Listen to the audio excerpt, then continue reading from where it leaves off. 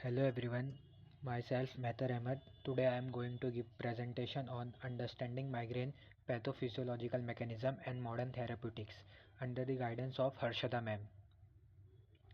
Abstracts. Migraine is a frequent, severely disabling neurological illness with a complicated pathophysiology that involves a number of central and peripheral nervous system, region, and network. Primary recurring headache lasting 4 to 72 hours with at least two of the following pain characteristics: unilateral pulsing, moderate or severe intensity, or worsened by ordinary physical activity, are the hallmarks of migraine, a common and frequently incapacitating neurologic illness. The purpose of this study was to evaluate journal understanding of migraine pathophysiology by examining the structure and function of primary disease causing area with an emphasis on how these contribute to wide range of symptoms that defines attack and the illness as a whole. Therapeutic treatment that have evolved for the treatment of migraine include compound targeting calcitonin gene related peptide, that is GPANs, and monoclonal antibody, serotonin 5-HT1F receptor agonist, that is DITANs, and non-invasive neuromodulation, as well as giving a synopsis of recent research supporting traditional migraine therapies. Introduction. Primary recurring headache that lasts for 4 to 72 hours and include at least two of the following pain characteristics: unilateral pulsating, moderate or severe severity, or made worsen by routine physical activity, are hallmark of migraine. A common and frequently incapacitating neurologic condition, nausea, vomiting, and sensitivity to light, that is photophobia, and sound, phonophobia, are common side effects of migraine. Migraine is currently listed as the sixth most disabling disorder globally, with the highest ranking among all neurological disorders. The biology of migraine is complex, multifactorial, and still for certain aspects unsolved. The underlying feature seems to be a probable complex genetic predisposition combined with behavioral and environmental condition that causes an alteration of sensory brain processing, resulting in increased sensory susceptibility. This in turn result in otherwise normal sensory input being perceived as bothersome in migrainer. The hallmark of migraine is recurrent headache attack. The migraine are the second highest contributor to the burden of neurological disease and second highest source of year loss due to disability. According to the Global Burden of Disease study, they also considerably interfere with domestic, familial, social, and educational and occupational responsibilities. In the US, migraine affects about 18% of women and 6% of men, making it roughly 3 times more common in women than in male. An average of 11.5% of adults worldwide fit the criteria for a migraine according to estimates of migraine prevalence. During a person's prime year of production, which are between the age of 25 and 55, prevalence is highest. During this time, it significantly affects daily life and cause functional impairment with both emotional and physical effect. Our understanding of migraine has grown significantly over time, thanks in large part to fundamental science and imaging science that have allowed to better comprehend the complicated model required to explain the wide range of migraine symptoms. Indeed, pain, the hallmark of the illness, is not always the most unpleasant for all individuals at all times. The pathophysiology and the functional anatomy of migraine. The trigeminal system and the brainstem nuclei. The trigeminal ganglions, peripheral axon, innervate the meningeal and intracranial vessel, converge in the trigeminocervical complex, that is TCC, consisting of trigeminal nuclei in the upper cervical and caudal spinal cord. Important brain nuclei such as the locus preaquidial gray and hypothalamus receive projections from the second order neuron. The trigeminal pain pathway is believed to mediate migraine feature through the release of neuropeptide like B calcitonin gene related peptide and pituitary adenylate cyclase activating polypeptide. The CGRP expressed in peripheral and central neuron has potent dilatory property and modulates secondary and tertiary neuron, contributing to central pain process Elevated CGRP level in the migrainer reduce descending inhibitory process, potentially increasing susceptibility. Peripheral neurogenic inflammation was initially suspected, but its role is questioned. Migraine activation and neurogenic inflammation are controversial, with insufficient evidence to suggest a dural inflammatory component. Migraine is associated with sensory dysfunction and cyclical behavior, with the headache phase being a plateau of nociceptive trigeminal nerve activation. Migraine attacks are linked to intrinsic brain dysfunction in central region. The warning phase of migraine may be influenced by central dysfunction with the brain stems region like PAG and dorsolateral pons playing a crucial role in regulating pain transmission and autonomic response as demonstrated by study and animal models. Trigeminal parabranchial limbic connection may explain migraine affective emotional aspect, appetite and taste disturbance and headache severity. Parabrachial Parabrachial nucleus neuron can alter nociceptive flux linking warning phase to pain onset mediated by glutamate, naratriptan, PACAP, and dopamine D2 and D3.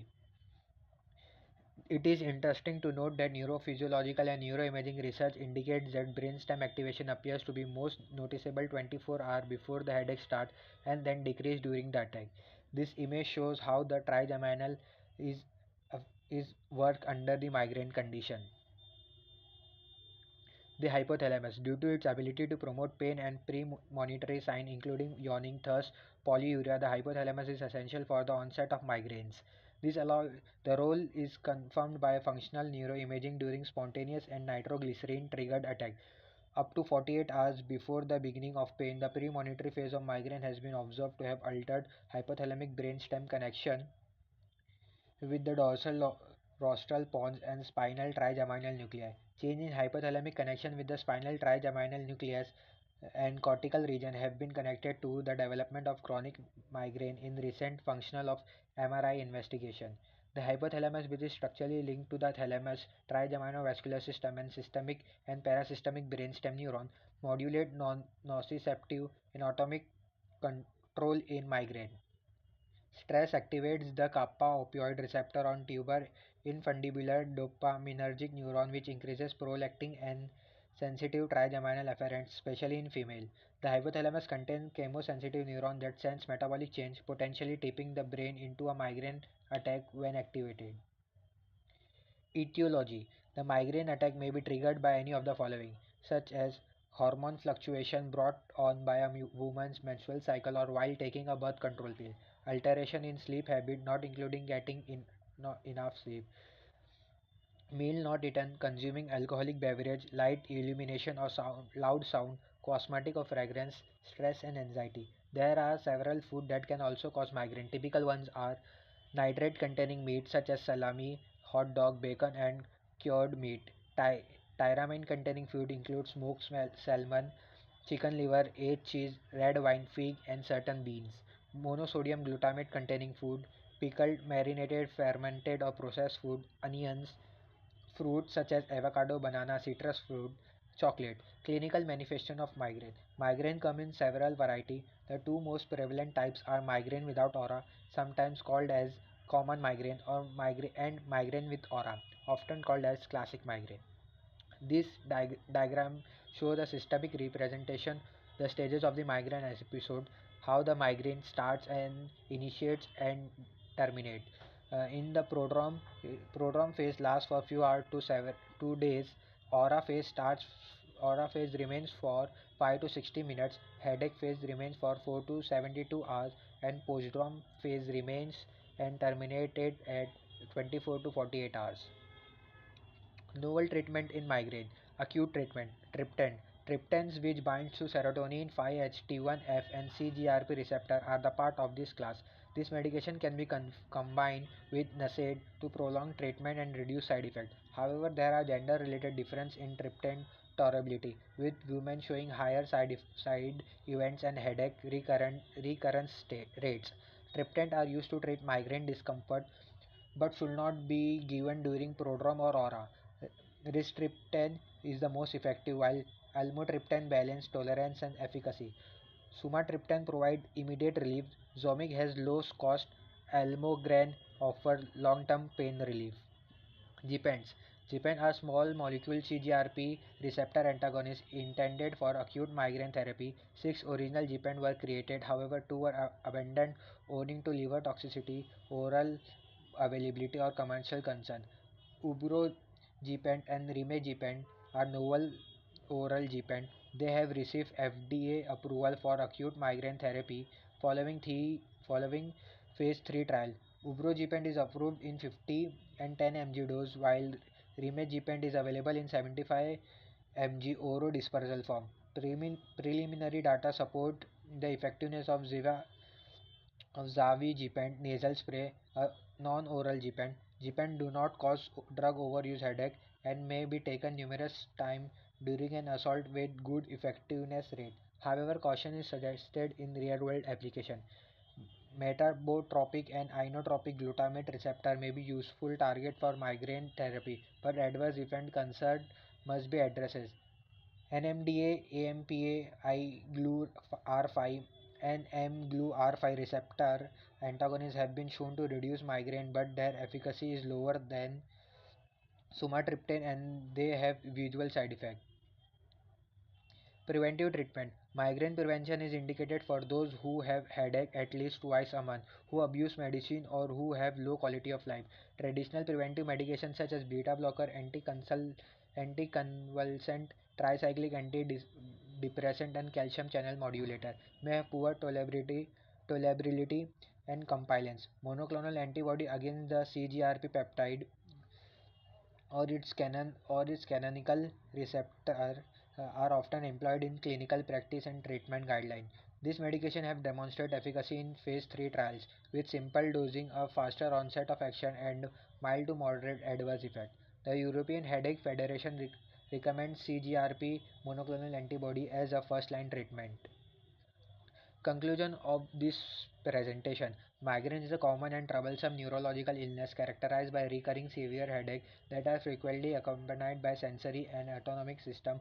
The complex and multifactorial pathology is characterized by dynamic interplay between the central and peripheral neurological system, with important contribution from the hypothalamus brainstem trigeminocervical complex, that is TCC, and cortical region. Dysfunctional sensory brain processing along with genetic predisposition and environmental variable causes increased sensory vulnerability, which is basis for migraine episode.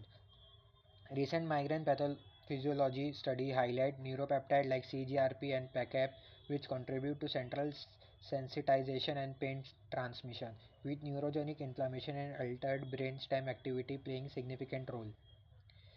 Innovative therapy targeting specific pathways such as CGRP antagonist, serotonin 5-HT1F receptor agonist, and non-invasive neuromodulation device or offer potential acute and preventive care alternative for migraine. This treatment improves effectiveness, tolerability, and safety, especially in patients with contraindication. These are the reference which I have used for the making of this presentation.